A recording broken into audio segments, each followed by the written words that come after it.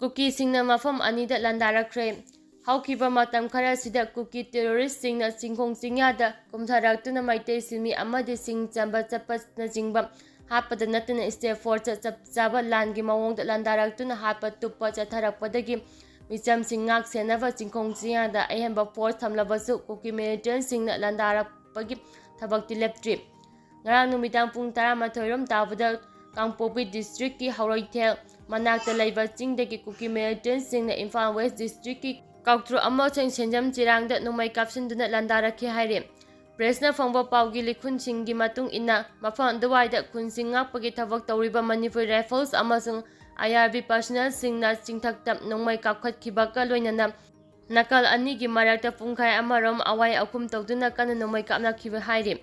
ngarang numidangi thawdo aduda khunjasing amadi security personnel sing sokpanbagi paw leite haire